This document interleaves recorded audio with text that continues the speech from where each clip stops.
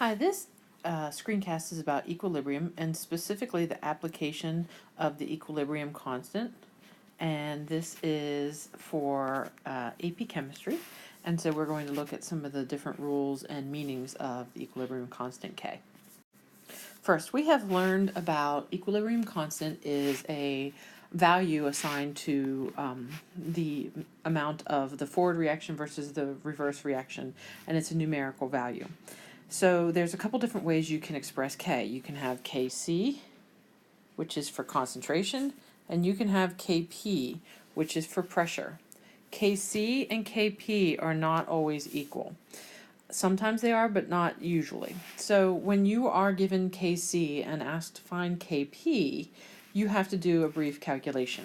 So what you're going to do is you're going to use a version of the PV equals nRT equation. And for this case, we're going to do R as 0.0821 for 8 TMs. And so when you are trying to go from Kc to Kp or vice versa, the equation you end up using is Kp equals Kc times the factor of RT, all raised to the change in moles, so delta N. The change in moles we are going to look at will be products minus the reactants. Okay, so make sure you're taking the number of products minus the number of reactants. For instance, in this equation here, I have given you N2O4 is at equilibrium with 2NO2. So to find the number of moles in that equation, we look at the products, and there are 2 moles on that side, and for the reactants there is 1 mole, so 2 minus 1 would give us a delta N of 1. So to find Kp, we would take Kc times RT raised to the power of 1. When the number of moles does not change, then your factor is 0, your exponent is 0, so then Kp would equal Kc.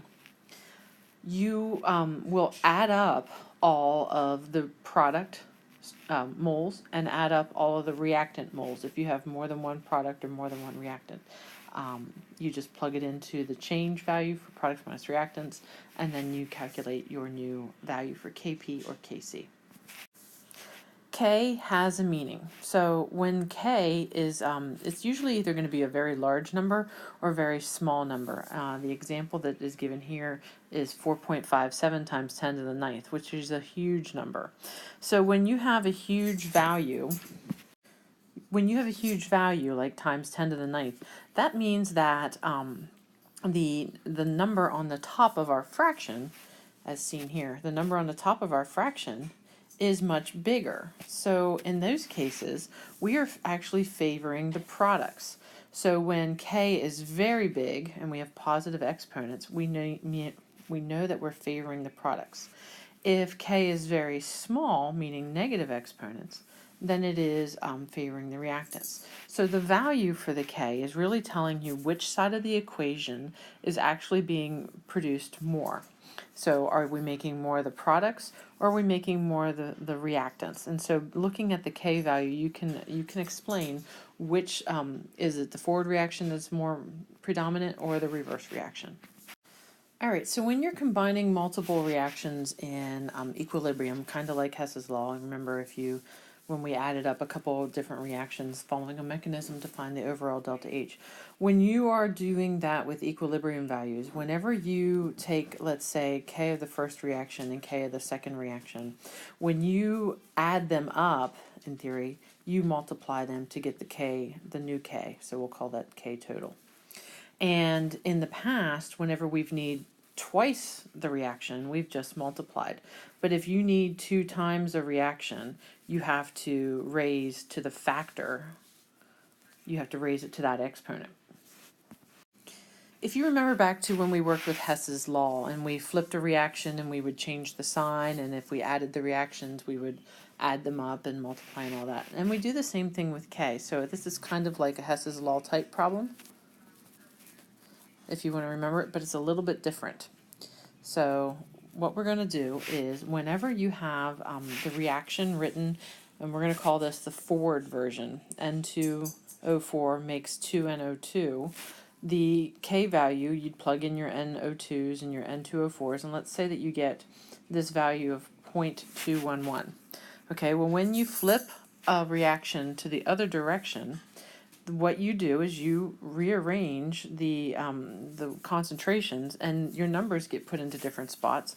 So you calculate it in the inverse position. So when you are doing the reverse reaction, it is the same as 1 over K. So when you flip, it is not changing the sign, but 1 over the K value. Now this may seem like a totally random addition to the screencast, but what's really going to happen is there are going to be times when they're going to give you a sample problem, and if you're not paying attention, they're going to turn the reaction in an opposite direction and expect you to have a different K value. So be aware of the reactions that they are giving you and the K values that match. And if the reaction switches direction, you need to alter your K value. So far, everything that we have used in our K values have all been the same state. They've all been gases, or they've all been concentrations. And sometimes our equilibrium values are going to have solids or liquids, and then along with gases or solutions. When we have a solid, that value is excluded from the K value. And we only use the gases. We're only going to use gases and solutions because we only do KP or KC. Okay, we cannot use a solid or a liquid because they have a constant concentration, so they don't change. When we solve for our K value, as shown here, K for this equation would, in theory, be the products over reactants, so concentration of CaO times concentration of its CO2 divided by CaCO3. But because we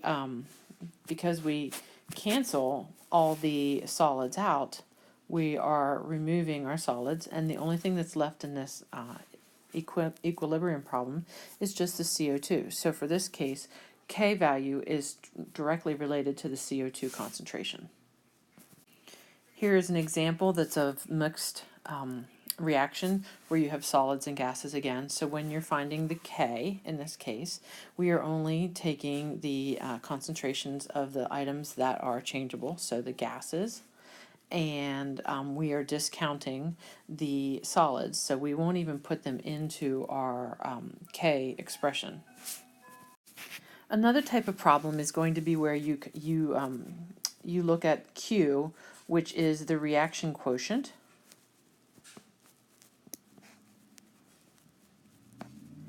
And the reaction quotient is at initial values, okay? So these would be initial concentrations or products, or I'm sorry, pressures.